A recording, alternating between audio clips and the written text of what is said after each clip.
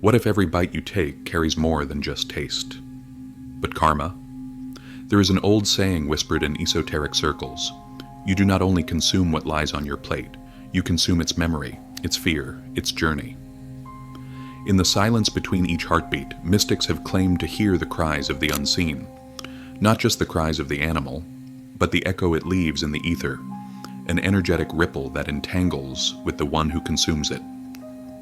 The spiritual consequences of eating meat have been debated not just in modern wellness circles, but across millennia, by sages, prophets, mystics, and secret orders. This isn't simply a question of diet, it's a question of vibration, of energetic integrity, of how deeply we choose to participate in the cycles of suffering and rebirth. When you consume the flesh of an animal, what else do you take in? Its final emotions, its memories, its primal terror in those last moments before death. Ancient traditions believed so. They taught that food is not just fuel, it is frequency. But is this merely symbolic? Or is there a deeper, more profound truth hidden in these teachings? One that could alter the way we live, the way we awaken, and even the way we die? In this video, we will journey into forgotten philosophies and ancient doctrines that reveal the hidden energies tied to what we eat. We'll explore what the mystics said, what the yogis practiced, and why the hermeticists warned about ingesting death. We'll uncover the impact that eating meat has on the soul, the aura, and the path of spiritual ascension. This is not about judgment or dogma, this is about truth and choice. If you've ever felt that something deeper stirs beneath the surface of our meals, if you've ever questioned why so many spiritual masters abstain from flesh, then this journey may answer more than you expect.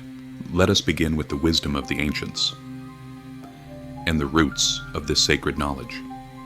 Long before the rise of modern nutritional science, ancient civilizations understood food as a sacred exchange of energy.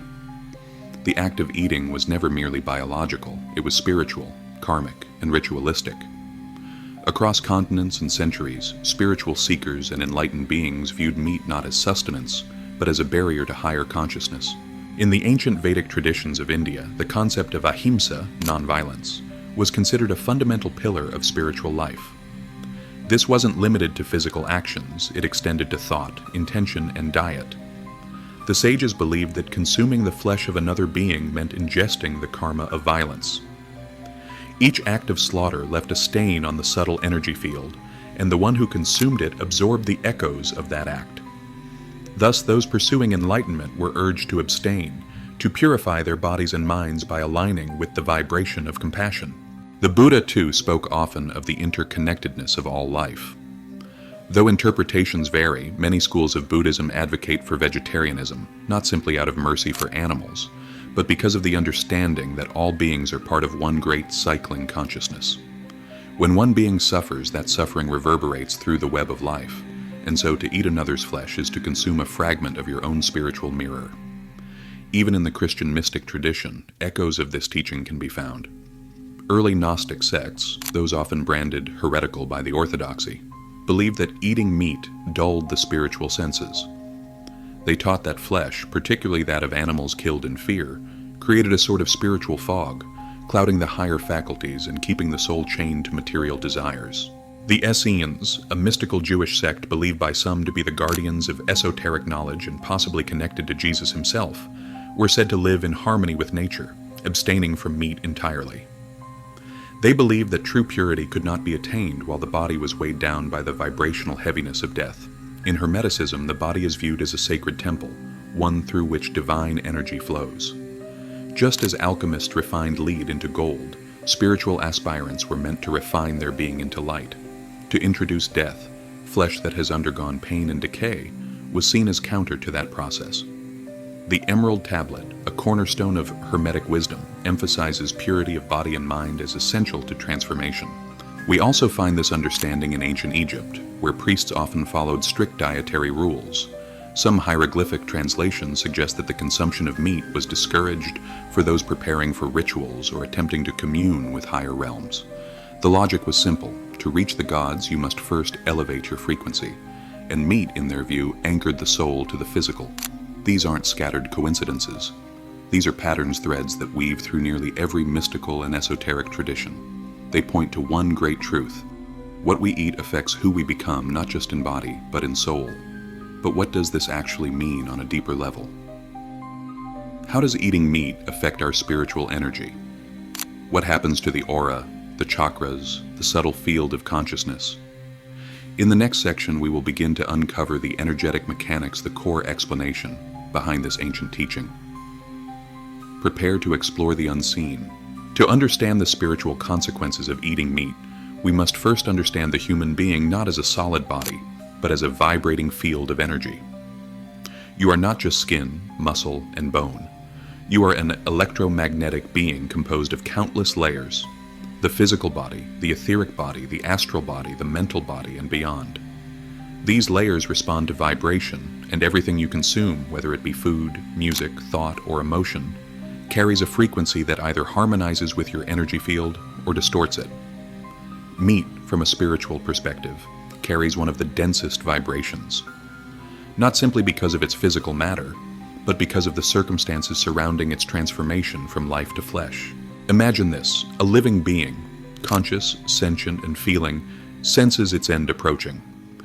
As it is confined, transported, and slaughtered, a cascade of primal emotions floods its system: fear, panic, pain, despair. These aren't just psychological states, they are chemical and energetic events.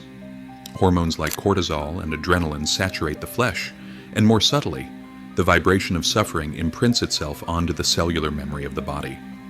When that meat is consumed, the energy is not destroyed, it is transferred. This is a principle well known in the mystical sciences. Energy cannot be destroyed, it can only change form. When we eat meat, we absorb not only the biological nutrients, but the energetic residue of that being's experience. And because the final emotional state of most slaughtered animals is terror, that vibration enters us like an invisible shadow, settling into the emotional body, clouding the aura, and dulling the higher centers of perception. Consider the chakra system. Each chakra is a spinning wheel of light, processing energy from the universe and our environment. The more subtle chakras, especially the heart, the third eye, and the crown, are exquisitely sensitive. When we fill the lower chakras, root, sacral, solar plexus, with the heavy energy of suffering and death, it creates a sort of energetic traffic jam. The higher centers are starved of flow, and the intuitive faculties, the gateways to higher wisdom, become blocked or distorted. This is why many spiritual traditions speak of lightness in the body. Yogis who live on raw plants, fruits, or prana itself often describe profound shifts: visions, dreams, clarity of thought, heightened intuition. These are not fantasies. They are signs of an unburdened energy system. Eating meat, on the other hand, can be likened to pulling a heavy curtain over a sunlit window. The light is still there, but it is dimmed, distorted, obscured by layers of energetic residue that don't belong to you. Consider the chakra system. Each chakra is a spinning wheel of light, processing energy from the universe and our environment. The more subtle chakras, especially the heart, the third eye, and the crown, are exquisitely sensitive. When we fill the lower chakras, root, sacral, solar plexus, with the heavy energy of suffering and death, it creates a sort of energetic traffic jam. The higher centers are starved of flow, and the intuitive faculties, the gateways to higher wisdom, become blocked or distorted. This is why many spiritual traditions speak of lightness in the body. Yogis who live on raw plants, fruits, or prana itself often describe profound shifts: visions, dreams, clarity of thought, heightened intuition. These are not fantasies. They are signs of an unburdened energy system. Eating meat, on the other hand, can be likened to pulling a heavy curtain over a sunlit window. The light is still there, but it is dimmed, distorted, obscured by layers of energetic residue that don't belong to you. Furthermore, on the astral plane, the realm we visit in dreams, meditation, and after death, like attracts like. Beings who feed on violence and fear are drawn to the energies that emit it. In some esoteric traditions, it's taught that consuming meat regularly can tether one's astral body to lower vibrational entities or regions. This isn't meant to be fear-based dogma. It's a reminder that everything is connected, and every choice sends ripples through the visible and invisible realms. So what does this mean practically? Is all meat spiritually harmful? Are there nuances, exceptions? In the next section, we will dive even deeper into subtleties, contradictions, and lesser-known teachings. We'll examine whether intention can transmute energy, whether all animal consumption is equal, and what the most advanced mystics have said about the path beyond flesh. As we journey deeper into this sacred mystery, we arrive at a place where absolutes begin to blur, where the black and white teachings dissolve into shades of gold and gray. For while many traditions caution against the consumption of meat, others offer nuance. It is not only what we eat, but how and why we eat that shapes the spiritual outcome. Let us begin with intention. In Hermeticism, one of the core axioms is, as within, so without, as above, so below. Intention is the energetic signature that precedes action. If one consumes flesh with unconscious indulgence, out of greed or lust, the vibrational imprint will be vastly different than one who eats with reverence, awareness, and gratitude. Some indigenous cultures, for example, hunted with deep spiritual connection. They believed that animals offered themselves in sacred reciprocity. Before the hunt, there were prayers. After the kill, there were rituals. The animal spirit was honored, not exploited. In this way, the act of consumption was transformed into a form of communion, not extraction. Contrast this with the mechanized cruelty of modern factory farming, where the animal is reduced to a commodity, a product of suffering from birth to death. The difference in spiritual residue is immense. It is not simply flesh that is consumed, it is the karma of an industrialized cycle of violence. This is why some esoteric traditions do not issue blanket prohibitions, but instead speak of purity of heart and clarity of consciousness. An awakened being, some say, can transmute even the densest energies with the power of love and presence. The question then becomes, are we awake enough to do so? Consider also the concept of frequency adaptation.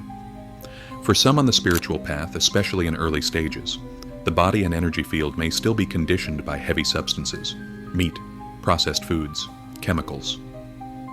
To immediately strip these away can create a jarring withdrawal, a destabilization. The journey to higher consciousness must be gradual, compassionate, and attuned to individual karma. Advanced yogis speak of the samskaras, impressions left by past actions, including dietary patterns from previous lifetimes. Some people may be karmically entangled with animal consumption, while others may feel an immediate repulsion. The difference lies in soul memory. That intuitive pull you feel towards or away from meat is often a signal from your deeper self, an echo from lives long forgotten.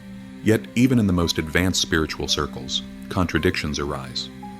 Some revered teachers, like Ramana Maharshi, lived among those who ate meat, without condemnation. Others, like Paramahansa Yogananda, warned directly against it, linking flesh consumption to lower consciousness and lack of spiritual clarity. The mystery deepens further when we consider non-physical dimensions. In Tibetan Buddhism, it is believed that when we eat animals, we may create karmic ties to that being, binding both souls into a future cycle of reincarnation. Imagine eating an animal today, only to be born in a future life entangled with its unresolved pain. But this isn't just metaphysical poetry, this is vibrational science. Everything has a field. Your aura records your choices. Your chakras reflect your resonance. And when your body becomes a temple filled with light, it naturally begins to reject anything not aligned with that frequency, including flesh. This is why so many spiritual seekers, without ever being told, suddenly lose their appetite for meat. It is not forced, it is not political. It is a remembering, a soul-level shift where the body begins to crave light, life, and purity. To eat meat, then, is not a sin, but it is a choice one with spiritual weight. And like all choices, it invites awareness, reflection, and responsibility. So how do we begin this journey toward purification? What can we do practically to align our food with our soul? In the next section, we will explore the tools, techniques, and transformations available to those who wish to walk this path with grace. From energy-clearing practices to gradual dietary transitions, we'll uncover the steps you can take today to shift your vibration and awaken your inner light. So now that we've uncovered the mystical and energetic consequences of eating meat, the question becomes, what can we do about it? How do we begin to cleanse the body, lighten the aura, and move toward a way of living that supports spiritual clarity? Let's begin not with restriction, but with awareness. The first and most powerful tool on this path is mindful observation. Don't rush to change your habits overnight. Instead, observe how your body, your emotions, and your energy respond to different foods. After a meal with meat, do you feel clear or heavy, energized or sluggish, at peace or agitated? These subtle shifts are your soul's language, whispering guidance to your conscious mind. Start a food energy journal, not one that tracks calories, but one that tracks vibrations. Write down what you eat and how you feel emotionally, mentally, and spiritually afterward. Patterns will begin to emerge, and you'll gain first-hand proof that food affects far more than the body. For those who feel ready to begin letting go of meat, consider a gradual transition. Sudden changes can cause physical and emotional detox symptoms. Begin by eliminating red meats, then poultry, and later fish. Or try meatless days, perhaps once or twice a week. This gives your system time to recalibrate, and it allows the shift to happen naturally, not through force. You may also explore vibrational transmutation. If you're not yet ready to abstain, you can begin by blessing your food. Before eating, place your hands over your meal, close your eyes, and speak silently or aloud. May this food be transmuted into pure light. May all suffering be released. May I consume only what is in alignment with my soul's highest path. This isn't symbolic. Your intention, combined with focused energy, truly shifts the frequency of the food. It's been shown in experiments with water and prayer that consciousness alters molecular structure. The same principle applies to your meals. You can also adopt cleansing rituals. Periodically practice short fasts, juice cleanses, or light monodiets to give your digestive system a break and allow your subtle energies to rise. Fasting has been revered in nearly every spiritual tradition, not as punishment, but as purification. When the body is empty, the soul speaks louder. Include high-vibration foods that naturally support the awakening process. Raw fruits, leafy greens, nuts, seeds, and lightly cooked vegetables all carry living energy. Many mystics refer to these as solar foods, those that have captured the energy of the sun. The more you eat them, the more radiant your field becomes. You may also notice that as your vibration rises, your dreams become clearer, your meditation deepens, and your emotional reactivity softens. These are signs that the aura is unburdening itself from energetic heaviness. And finally, surround yourself with supportive energy. Books, teachers, environments, and communities that honor the spiritual path. As your internal frequency changes, your external world must shift too. Don't be afraid to seek others who walk this journey, even quietly. You are not alone. Remember, this is not about purity for the sake of pride. This is about creating the internal conditions for light to thrive. When the body is clean, the spirit sings. When the blood flows free of fear, love blooms effortlessly. And as your light grows, something extraordinary happens. You begin to radiate transformation. Others will feel it in your presence, an inexplicable peace, a clarity in your eyes. You become a living invitation for others to rise. The path away from flesh is not a rejection of the world, it is a return to your original nature. One of compassion, clarity, power, and freedom. In the quiet stillness of your being, beyond the noise of habits and the clamor of culture, there's a subtle voice that already knows the truth. It does not shout, it does not shame. It simply waits for you to listen. What we have explored today is not a rulebook, nor a judgment, but a map. A map to higher awareness, drawn not in ink, but in energy. A reminder that every act, especially the act of eating, is a sacred transaction, a merging of energies, a weaving of destinies. We began with a simple but profound question. What are the spiritual consequences of eating meat? And we have discovered that the answer lies not only in the act itself, but in the intention, the awareness, and the vibration it carries. Meat, as we've seen, often comes imprinted with the frequencies of fear, pain, and separation. When consumed unconsciously, these frequencies enter us, affecting our thoughts, emotions, dreams, and even our connection to higher realms. But the soul is not fragile. It is not easily corrupted. It is ever seeking to evolve. The journey, then, is not about guilt. It is about refinement. We are here to remember that we are light, that our bodies are temples, that what we allow into our sacred vessel becomes part of the story we write with every heartbeat. You now have the tools: awareness, intention, practice, and perhaps, most importantly, permission. Permission to explore a lighter path, to question what you've been taught, and to listen deeply to the wisdom of your body and soul. Let this be an invitation to observe, to feel, to choose differently. Not out of dogma, but out of devotion. Devotion to your own awakening, to the earth, to the animals, to the divine spark that lives in all things. So ask yourself, not just once, but again and again, what am I feeding? The body or the soul? And listen. Thank you for walking this path with us. If this message resonates, share it. reflect on it, and most of all, live it. If you found this video valuable, please like, comment, and subscribe for more profound insights into spiritual truths and ancient wisdom. Don't forget to hit the bell icon to stay updated on our latest content. We'd love to hear your thoughts. How has this teaching impacted your journey? We'll see you in the next unveiling of ancient truth. Until then, walk gently and shine brightly.